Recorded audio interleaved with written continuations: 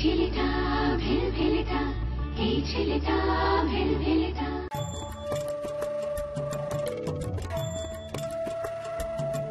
এই ভেলভেলেটা, আগে মাংসটা মুখে দাও না বাবা।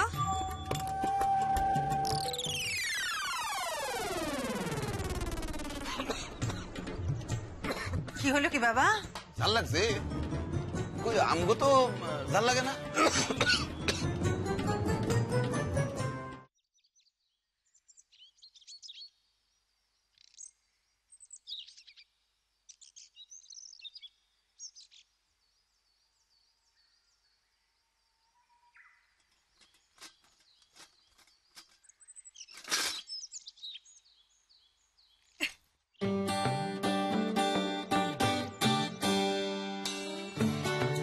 এই শোনো, আমায় বলছো? তোমাকে ছাড়া কাকে বলছি? এখানে তুমি ছাড়া কে আছে? বলো। পণ্ডিত মশাই, বিদ্যের জাহাজ। কি বললে? বারে ভুল কিছু বললাম?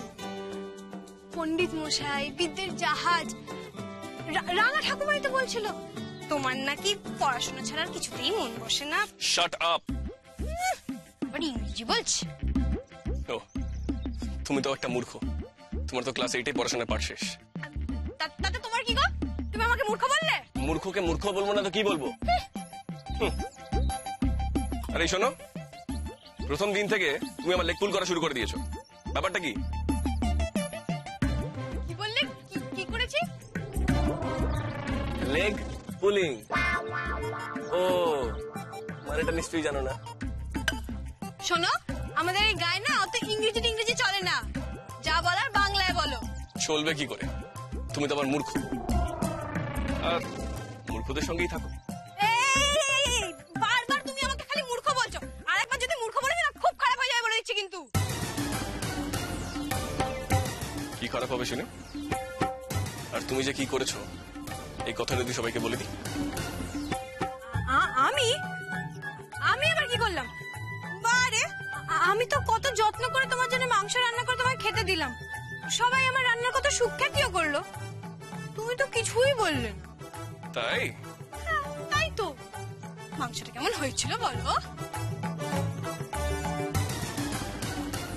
বলবো তোমার বাড়ির লোকেদের? কি? হ্যাঁ, বলবো যে তুমি আমার মাংসের বাটির মধ্যে গাদা গাদা ঝাল মিশিয়েছো, বাড়ির গেস্টকে অপমান করেছো, আমার নামে গানও বেঁধেছো। নদীর ঘাটের সামনে আমি যখন পা পিছলে পড়ে গিয়েছিলাম তখন আমাকে নিয়ে। আর কিছু না বলি, এটা তো বলবোই তুমি আমার মাংসের মধ্যে ঝাল মিশিয়েছো। আরে তুই শোনো, এই শোনো, তুমি আচ্ছা মানুষ তো শুধু আমার বকা খাওয়ানোর তাল করছো না। আরে কোথায় যাচ্ছ না? কোথায়? হ্যাঁ, আমি যেখানেই যাই তোমার তাতে কি? চলো নিজের কাজ করো। কোথাকার কোন শেয়াল পণ্ডিত, তো মেজাজ। এই কি বললে তুমি আমাকে? কি বললে? শেয়াল পণ্ডিত?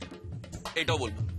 আরে দাঁড়াও, আমি তো, আরে শোনো আমার কথা শোনো, আমি তোমাকে তো কিছু বলিনি। তোমাকে কেন বলতে যাবো? তো কি ভুলভাল শুনছো বলো তো? আমি ভুলভাল শুনছি? আমি স্পষ্ট শুনেছি তুমি শেয়াল পণ্ডিত বলেছো, আর এখানে আমি ছাড়া কে আছে? শেয়াল পণ্ডিত? কি শেয়াল আছে তো এখানে অনেক, শেয়াল পণ্ডিত আর কি? মানে এই পুকুর পাড়ে না দিনে দুপুরে ঝাঁকে ঝাঁকে সব শেয়ালরা বেরিয়ে আসে। এই গায়ে প্রচুর শেয়াল কি না? সবই তো বুঝলাম, কিন্তু শেয়াল পণ্ডিতটাকে কাকে বললে? এ বাবা, না, আমাদের গ্রামে না শেয়ালদেরকে খুব মান্যি করা হয়, তাই আর কি শেয়াল পণ্ডিত বলে ডাকা হয়। আমি সেটাই তো বলছিলাম, যখন তখন সব শেয়াল পণ্ডিতরা বেরিয়ে আসে। আর তুমি হলে কি নতুন মানুষ কি না, তোমাকে দেখতে পেলে একেবারে। কি আমাকে দেখলে কি ঝাঁপিয়ে পড়ে। কি বলতো, এখানে যারাই নতুন এসছে তাদের একবার না একবার তো তারা করেইছে। তাদের মধ্যে কেউ বেঁচেছে, কেউ আবার বাঁচেনি। কি খুনে জায়গা রে বাবা, এরম জায়গায় মানুষ থাকে? ভয় করছে? বলছি ভয় করছে। ভয়? কিসের ভয়? আমার আবার কিসের ভয়? শেয়াল শেয়াল আমি ভয় পাই না, শেয়াল আমাকে ভয় পায়। সেই তো ঠিকই শিয়াল পণ্ডিতরা যখন তেড়ে আসবে না, তুমি বরং ঝাঁপ দিও জলে, দিয়ে জলের মধ্যে চুপটি করে লুকিয়ে বসে থেকো, কেমন? জলের তলায়? হ্যাঁ, কেন সাঁতার জানো না? না। ধ্যার, কি জানো বলো তো তুমি? তাহলে সারাদিন শুধু বইয়ের মধ্যে মুখ গুজে পড়ে থাকতে পারো, গাছ উঠতে পারো? হ্যাঁ, সেটাও পারে না। বাহ, এই শোনো, আমি কি জানি না সেটা তোমাকে দেখতে হবে না। তুমি যা করেছো তার জন্য তুমি শাস্তি পাবে, ছাড়বো না তোমাকে আমি। চোখ দিয়ে জল বেরিয়ে গেল, ঝাল খেতে পারি না। তুই বিশ্বাস করো আমি করিনি, আমি তোমার খাবারে ঝাল মিশাইনি, বিশ্বাস করো তুমি। তুমি শুরু থেকে আমার সঙ্গে যা করেছো তারপরে তোমাকে বিশ্বাস করি। ঠিক আছে, আমায় মার খাইয়েই যদি তোমার শান্তি হয় তাহলে তাই, কি আর বলবো বলো। তুমি ভুল করবে আর তোমাকে আমি কিছু করবো না। ইচ্ছা করে তুমি আমার খাবারে ঝাল মিশিয়েছো, ইচ্ছা করে। দিদি ওই দেখো, নিঘাত মামি ডাকতে পারি যে বক বক বক বক বক বক মানে মাথা খেয়ে নিল, একটাও কাজ হলো না। কত বাসন পড়ে আছে, আজ আমি খেলতে পারবো না। আমি তোমার সঙ্গে বকবক করছিলাম? আরে বয়ে গেছে তোমার সঙ্গে বকবক করতে। তুমি আমার সঙ্গে বকবক করছিলে। এই দিদি মা ডাকছে তো, যা বলেছে তা তো করতে হবে। তার খেয়াল তোর আছে নাকি নেই রে? শিগগির যা দিদি, মা বলেছে তুই নাকি অনেকক্ষণ পুকুর ঘাটে এসেছিস, তাহলে তোর এখনো কেন বাসন মাজা হলো না? এই তো এর জন্য কখন থেকে বলছি ঘরে যাও না, বক বক বক বক করে আমার কানের মাথা খেয়ে নিল একেবারে। একদম তোমার দিদির কথা বিশ্বাস করবে না, খুব মিথ্যা কথা বলে। তুমি জানো আমার সঙ্গে কি করেছো? কি করেছে? কি করেছিস রে দিদি? আমি আবার কি করবো? আমি কেন কিছু করতে হবে বলতো? চুপ! আর একটাও মিথ্যা কথা বললে না, বাড়িতে গিয়ে সব বলে দেবো। এই দিদি বল না কি করেছিস? বল না রে দিদি, বল। ওর মাংসের বাটিতে এই এতটা লঙ্কা বাটা মিশিয়ে দিয়েছি,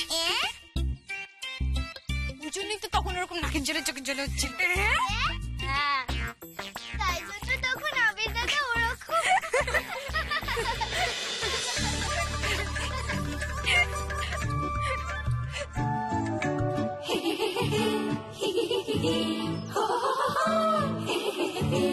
এই ছেলেটা ভেলভেলেটা আমার পাড়ায় যাবি, একটা দুটো পয়সা দেব মুরগি কিনে খাবি। এই ছেলেটা ভেলভেলেটা, এই ছেলেটা ভেলভেলেটা, এক পয়সা দু পয়সা পয়সা পড়ে ডুব। এই ছেলেটা ক্যাবলাপানা, চুপ করে থাক চুপ। দেশ গ্রাম বলে কথা, ওর কোনোদিন অভ্যেস নেই। গ্রামের নদীও আছে, ও সাঁতার জানে না। সাপ খোপ কত কিছু আছে, কোথায় যাবে কি করবে? এই হলো আসল কেস। আসলে আবিরকে নিয়ে চিন্তা হচ্ছে, তাই তো বড় মামি? তাহলে তখন তুমি ছাড়লে কেন বড় মামি, বলো তো? হ্যাঁ, বারে মাকে কি একা একা ছেড়ে দেওয়া যায় নাকি? মাকে তো একা একা পাঠানো যায় না। তাছাড়া তো ওরও পরীক্ষা শেষ হয়ে গিয়েছিল, ও তো নিজেই যেতে চাইছিল। আরে বাবা, তাহলে তুমি এত মন খারাপ করছো কেন? আচ্ছা দেখো, এই যে আমরা দু বোন বাবা মাকে ছেড়ে তোমাদের কাছে আছি। আমাদের বাবা মা কতবার আমাদের ফোন করে বলো দেখি? তাই তো। আর এই যে আমাদের বাবা মা তো এখানেই থাকে না, কলকাতাতে থাকে না, ওয়েস্ট বেঙ্গলেই থাকে না। কতবার আমাদের সাথে দেখা হয় বলো তো? কতবার আমাদের ফোন করে? একবার আসে কলকাতায় বছরে, আর আমরা হয়তো 2-3 বার দিল্লি যাই। আমরা কি করে থাকি বলো তো? আর বাবা মাই বা থাকে কি করে আমাদের ছেড়ে? তারা তো তোদের ভালোই বাসে না, বললে হবে? হ্যাঁ, তোর বড় মামি তার ছেলেকে যতটা ভালোবাসে, পৃথিবীর কোনো মা তার সন্তানকে এতটা ভালোবাসতে পারে? জানি তো তোমরা সবাই এখন আমাকে নিয়ে ঠাট্টা তামাশা করবে। আমার যে কি টেনশন হচ্ছে সেটা কেউ যদি তোমরা জানতে একটু। আচ্ছা বড় বৌদি, আমাকে বলো তো, তুমি আমাকে বলো, আমি তোমায় বুঝিয়ে দিচ্ছি। টেনশন করার কেন কোনো কারণ নেই, আমি বুঝিয়ে দিই। দেখো তোমার ছেলে তো অনেক বড় হয়েছে, ছোট তো না, আমি তো হাঁটতে চলতে পারে। তাহলে তুমি আমাকে একটা কথা বলো তো, সে যদি সাঁতার না জানে তাহলে সে নদীতে কেন ঝাঁপ দেবে? বোঝাও তো সেটা।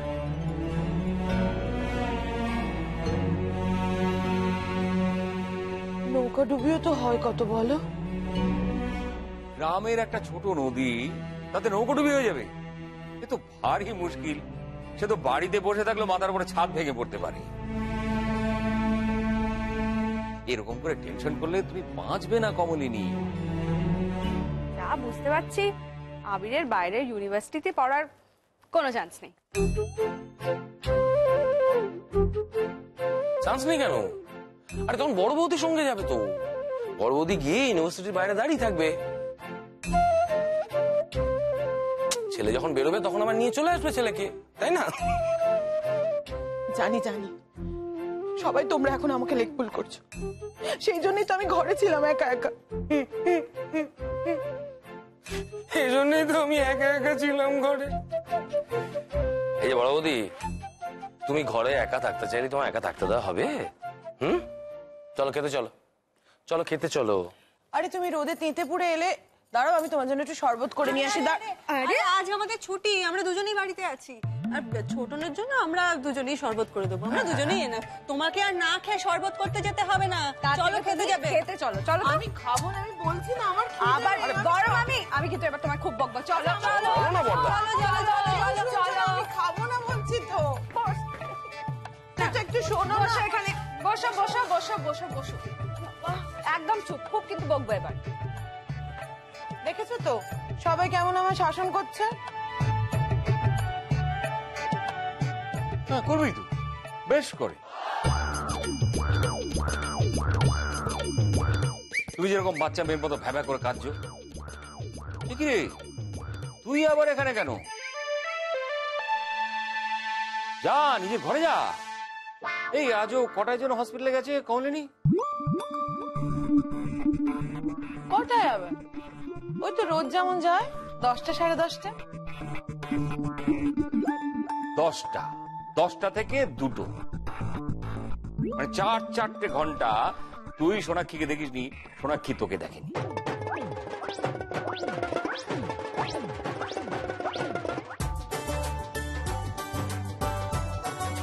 এই আমি তোদের সম্পর্কে কি হয় জানিস?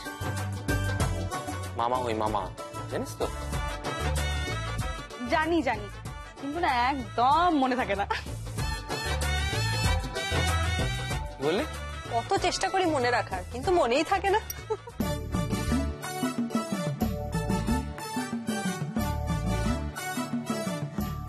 বলতে পারছো না ঠাকুরপো?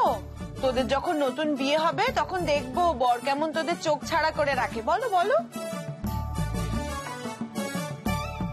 আরে নতুন বিয়ে, বিয়ে পুরনো হয়ে গিয়ে সিলভার জুবিলিতে পৌঁছচ্ছে, সেখানেই বর বউকে ছাড়া এক মুহূর্ত থাকতে পারে না। নিজে খেতে বসলে বউ পাশে না থাকলে চলে না। আর তুমি নতুন বিয়ের কথা বলছো?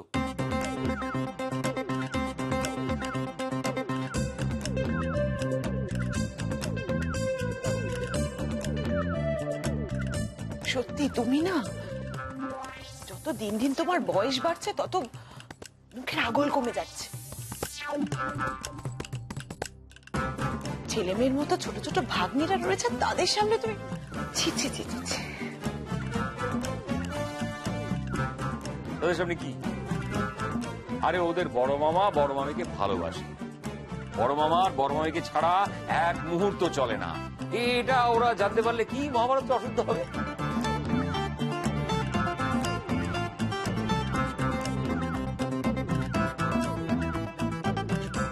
আই নদী দেখি যা। এ বাড়িতে যে কে কাকে টেকা দেয় তুই বোঝা ভার। বড় বৌদি, আমি ওপরে যাচ্ছি, দোতলায়। ওমা তোমার শরবতটা? আর নদী দিঘি দিলে না তো শরবতটা করে? তুমি কিছু চিন্তা করো না বড় মামি, ছোট না এখন এখানে শরবত খেয়ে কোনো সময় নষ্ট করবে না। আসলে ওই দোতলার ঘরে যে শরবতটা আছে না, সেই শরবতখানা তো আমাদের বানানো শরবতের থেকে অনেক বেশি মিষ্টি। তোমাদের দিচ্ছি দুজনকে তোমরা ঠিক করছো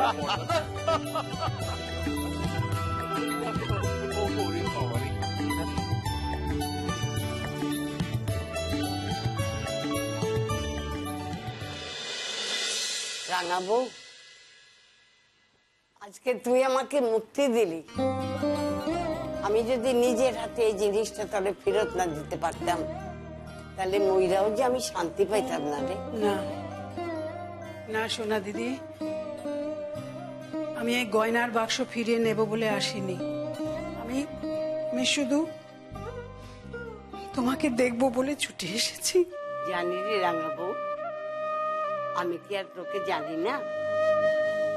কিন্তু দেখাই যখন হয়ে গেল আর তুই যখন আইসেই পড়ছস, তখন থাক না দিদি, কি দরকার? থাকবো কেন রাঙাবো? আমি যে জিনিসটা কত কষ্টে বুকে আগলে রাখছি তা তো তোরে আমি বুঝাইতে পারবো না রে। আমি বুঝি সোনা দিদি, আমি বুঝতে পারি। তবে একটা কথা কইতেছি, ভাবছিলাম কমু না, কিন্তু তুই তো নিজের চোখে দেখতেছস, তুই বুদ্ধিমতী মাইয়া, তোরে তো খুইলা কর দরকার নেই, তুই তো সবই বুঝতে পারতেছস।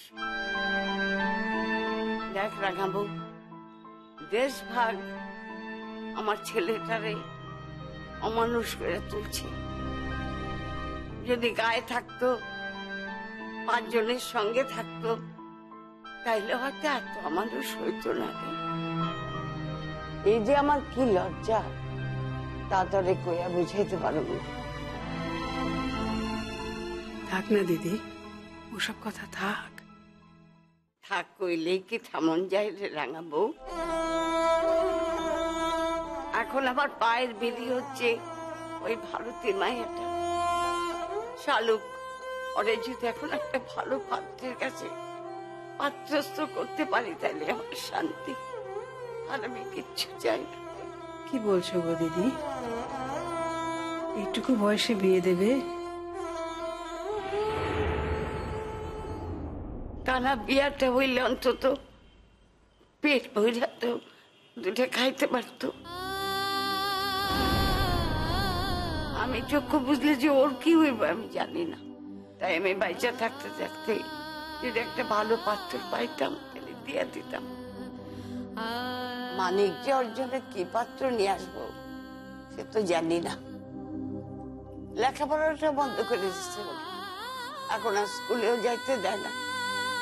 অর্জনে ভালো পাত্র কোথায় পাইবো বলো? লেখাপড়া না জানলে ভালো পাত্র জোটে? এখন একটাই আশা, পেট ভরা দুটা খাইতে পায় তাইলেই হইল। খুব নিন্দা করছে বুড়ি নিজের লোকের কাছে আমাদের। হ্যাঁ, একবার অতীত বিদেয় হোক না, নিন্দে করা ঘোচাবো আমি। গয়নার বাক্স না বাবা, আজ বোধহয় গয়নাপত্র সব ফেরত দিয়ে দিলে গো। সব চলে গেল গো, সব।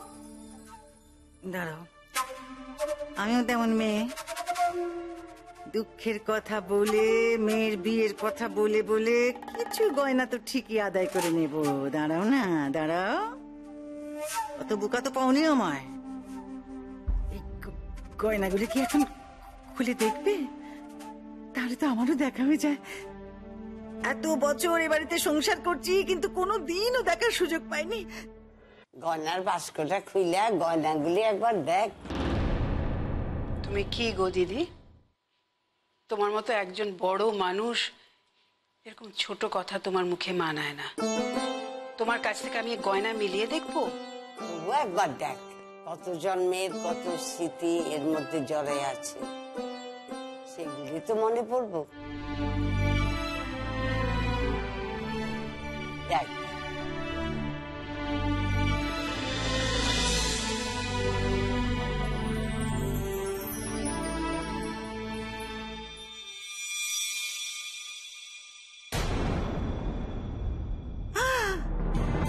রে, কত গয়না গো! এসের এক ভাগ যদি আমি পেতাম আমি তো ধন্য হয়ে যেতাম গো। আর আর আমার অভাব বলে কিচ্ছুটি থাকতো না, সংসারে কিচ্ছুটি থাকতো না।